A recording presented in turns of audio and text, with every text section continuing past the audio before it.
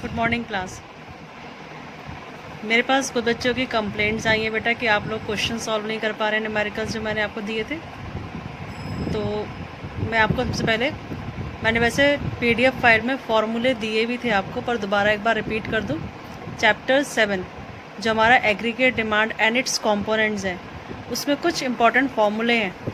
वो फॉर्मूले अगर पहले आपको पढ़ने होंगे, याद करने होंगे। आफ्टर दैट ही आप उसको याद करने के बाद ही क्वेश्चन को सॉल्व कर सकते हैं। जैसे कि सबसे पहला फॉर्मूला क्या है, जो हमारी इनकम है, income is always equals to consumption plus saving. जो भी हम खर्च कर रहे हैं, जो भी हम बचा रहे हैं, उन दोनों को प्लस करके हमारा क्या निकल के आता है, income. Then aggregate demand, aggregate demand as we discussed earlier कि एग्रीगेट डिमांड इस चैप्टर के अंदर हम कैसे कैलकुलेट करेंगे, सिर्फ दो ही सेक्टर्स का एक्सपेंडिचर इंक्लूड करेंगे, कंजप्शन और investment. C plus I is equals to aggregate demand, और एग्रीगेट सप्लाई हमारा C plus S consumption plus saving, ये दोनों ही सेम है। AS भी C प्लस एस से निकलता है और इनकम भी C प्लस एस से ही निकलता है, and value of Y and AS is always equal. फिर नेक्स्ट हमारा है average propensity to consume, consumption upon income.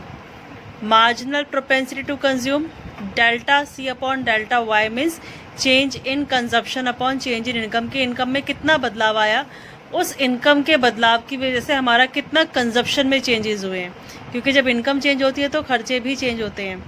फिर APS average propensity to save, saving upon income. अगर हमारी इनकम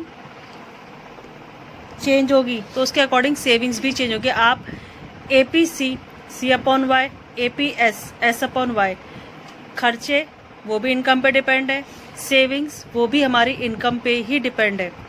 MPS जिस तरीके से इनकम बढ़ने या घटने से कंजप्शंस पे इम्पैक्ट पड़ता है, सेम सेविंग्स पे भी इम्पैक्ट पड़ता है। अगर हमारी इनकम चेंज होगी तो उसका इम्पैक्ट सेविंग्स पे भी पड़ेगा। तो delta S upon delta Y, कितना इनकम में चेंज आया, उसकी वजह से हमारी कितना सेविंग्स में चेंजेस आया। MPC और MPS इन दोनों का जो सम होता है वो ऑलवेज इक्वल्स टू 1 होता है। अगर MPC और MPS का सम 1 है, इसका मतलब MPC और MPS में से अगर कोई भी हम वैल्यू फाइंड करेंगे तो उनका आंसर 1 से बड़ा नहीं आएगा, क्योंकि दोनों का सम ही मिलाकर 1 है, तो आंसर 1 से बड़ा नहीं हो सकता।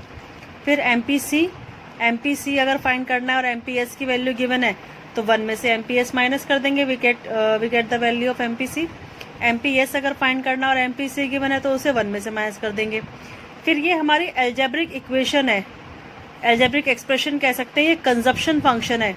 This equation is called consumption function, ये हमारा कंजप्शन फंक्शन कहलाता है। इसमें C टोटल कंजप्शन, C बार ऑटोनोमस कंजप्शन, यानी ये वो कंजप्शन है जब हमारा इनकम लेवल 0 है, जब हम एक भी रुपए नहीं कमा रहे फिर भी हमें खर्चे करने पड़ रहे हैं, तो that consumption is known as autonomous consumption. B हमारा MPC, B जो है वो MPC के बराबर है, और Y हमारा इनकम है।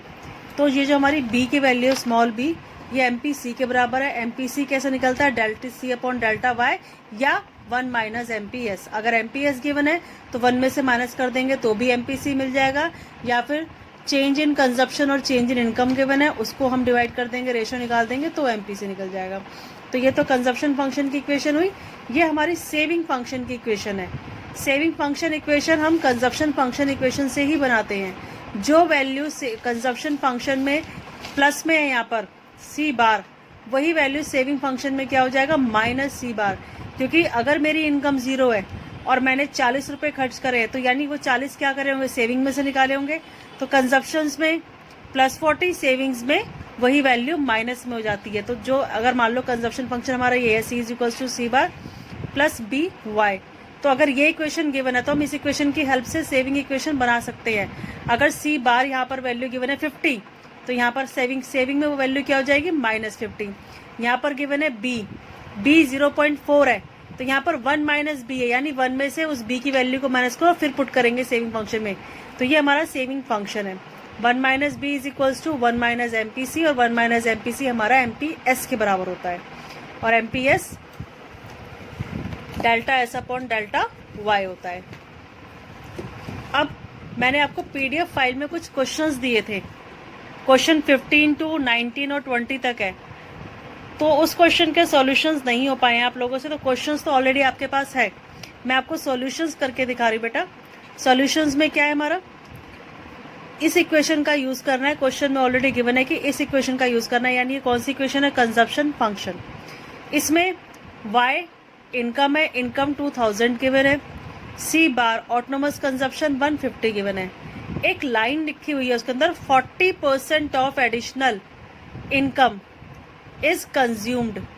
40% of additional income is consumed मतलब कि जितना भी उसकी इनकम में जितनी भी उसकी इनकम बढ़ रही है उसका वो 40% कंज्यूम कर रहा है।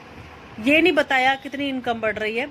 अगर कुछ ऐसी लाइन लिखी होती है 40% of additional income is consumed या 40% of additional income is saved, इसका मतलब वो हमें एमपीसी या एमपीएस की वैल्यू बताना चाह रहा है। कंज्यूम्ड आ गया तो ये एमपीसी डिनोट कर रहा है। एमपीसी कितना हो जाएगा, यहाँ पर पॉइंट लगा देंगे और 0.4, और सिर्फ ये लगाकर ही नहीं है, पूरा लॉजिकल आंसर अगर मैं इसको लेट कर लूँ कि लेट कंज्यूमर की इनकम जो है वो 100 रुपये से बढ़ रही है, तो कंजप्शन कितना बढ़ रहा है, क्योंकि 40% बोला है स्टेटमेंट के अकॉर्डिंग, तो कंजप्शन कितना हो जाएगा 40। एमपीसी निकालने के लिए क्या करेंगे, delta C upon delta Y, 40/100 क्या आ गया 0.4। और जरूरी नहीं कि आप 100 ही एज्यूम करो, 1000 कर लो, 2000 कर लो, कुछ भी कर लो, सॉल्व करोगे आंसर 0.4 ही आएगा। तो अगर ऐसा कोई स्टेटमेंट लिखा होता है कि 40% of additional income is consumed या 40% of additional income is saved, consume है तो एमपीसी, सेव है तो एमपीएस की वैल्यू बताना चाह रहा है वो हमें। क्लियर। अब इन सारी इंफॉर्मेशन की हेल्प से हमें क्या निकालना है, सेविंग्स। तो पहले हम कंजप्शन फंक्शन से सी निकाल देंगे। सी बार पता है, बी की वैल्यू पता है जो एमपीसी के बराबर होती है, और वाई की वैल्यू पता है। सारी वैल्यूज पुट करेंगे, हमारा कंजप्शन 950 आ गया। कंजप्शन जब 950 आया और इनकम हमारे पास है, तो क्या हम सेविंग नहीं निकाल सकते, क्योंकि इनकम की इक्वेशन है ना, y is equals to C plus S. Y की वैल्यू है, सी की वैल्यू है आपके पास, एस फाइंड करना है। y 2000 है, 2000 कमा रहे हैं, 950 खर्च कर रहे हैं, तो कितना बचाया हमने 1050। ये हमारा सेविंग फंक्शन। ठीक है। फिर नेक्स्ट क्वेश्चन है हमारा 16, उसमें हमारे पास सेविंग फंक्शन की इक्वेशन गिवन है। सेविंग फंक्शन इस तरीके से इक्वेशन गिवन है और ये इसकी इक्वेशन होती है s equals to -20 plus 0.4y। Equation क्या होती है, s equals to -c bar plus 1 minus B Y. -20 यानी ये c बार की वैल्यू है, 1 माइनस बी क्या होता है हमारा एमपीएस, यानी किसकी वैल्यू, ये एमपीएस की वैल्यू है। तो 1 minus B is equals to 1 minus MPC, और 1 minus MPC is equals to MPS. It means 0.4 हमारा एमपीएस है। और अगर 0.4 एमपीएस है तो एमपीसी कितना हो जाएगा, 1 में से माइनस कर दो एमपीएस को, एमपीसी आ गया 0.6। फिर माइनस सी बार -120, तो सी बार की वैल्यू कितनी होगी, ऑटोमस कंजप्शन कितना हो जाएगा 120। कंजप्शन फंक्शन हमारे से क्वेश्चन में जो पहला पार्ट पूछा है कि ड्राइव कंजप्शन फंक्शन, तो फर्स्ट पार्ट का सॉल्यूशन देंगे। कंजप्शन फंक्शन की पहले इक्वेशन लिखेंगे, c is equals to C bar plus B Y. इस इक्वेशन में हम क्या करेंगे, ऊपर से सारी वैल्यूज पुट कर देंगे। इक्वेशन बनानी है बस, इक्वेशन में सी बार और बी की वैल्यू ही पुट करते हैं और कोई वैल्यू नहीं चाहिए हमें। तो c is equals to C bar 120, b हमने निकाला था, b जो हमारा एमपीसी होता है 0.6, यहाँ पुट कर दिया, y की जगह y। क्या बन गया, ये हमारा कंजप्शन फंक्शन, यानी फर्स्ट पार्ट सॉल्व हो गया हमारा।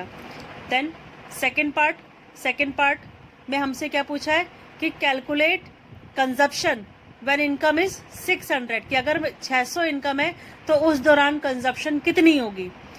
तो इनकम की जगह 600 पुट कर देंगे। कंजप्शन फंक्शन हमारे पास इक्वेशन पहले से है ही, उसी इक्वेशन में y की जगह हमने 600 पुट कर दिया, क्योंकि क्वेश्चन में कहा है कि अगर इनकम 600 तो कंजप्शन बताओ कितना होगा। 600 पुट करा, सॉल्व कर दिया, कितना आ गया हमारा 480। तो जब इनकम 600 रुपये है तो कंजप्शन कितना है 480। फिर हमसे पूछता है कि अगर break even level of income है, ब्रेक इवन का मतलब जब y is equals to C होता है, इनकम और कंजप्शन बराबर होते हैं। तो ब्रेक इवन के टाइम पे पूछ रहा है कि हमारी उस दौरान अगर ब्रेक इवन है तो उस दौरान हमारा कितना इनकम है। तो y is equals to C, again consumption function का ही यूज करा, और y और c बराबर है क्योंकि ब्रेक इवन पॉइंट है, तो मैंने c की जगह भी क्या पुट कर दिया, y ही पुट कर दिया। इससे क्या हुआ, पूरी इक्वेशन y में हो गई। c बार की वैल्यू है, b की वैल्यू है, y की वैल्यू हम क्या करेंगे, फाइंड कर लेंगे। भाई y की जगह मैं c की जगह मैंने y रख दिया, c बार 120, बी 0.6, इस y को हम उधर ले गए, सॉल्व करा, हमारा y कितना आ गया 300। इसी तरीके से आपके बाकी आगे के भी सारे क्वेश्चंस हैं, उनको ट्राई करिएगा बेटा, ठीक है।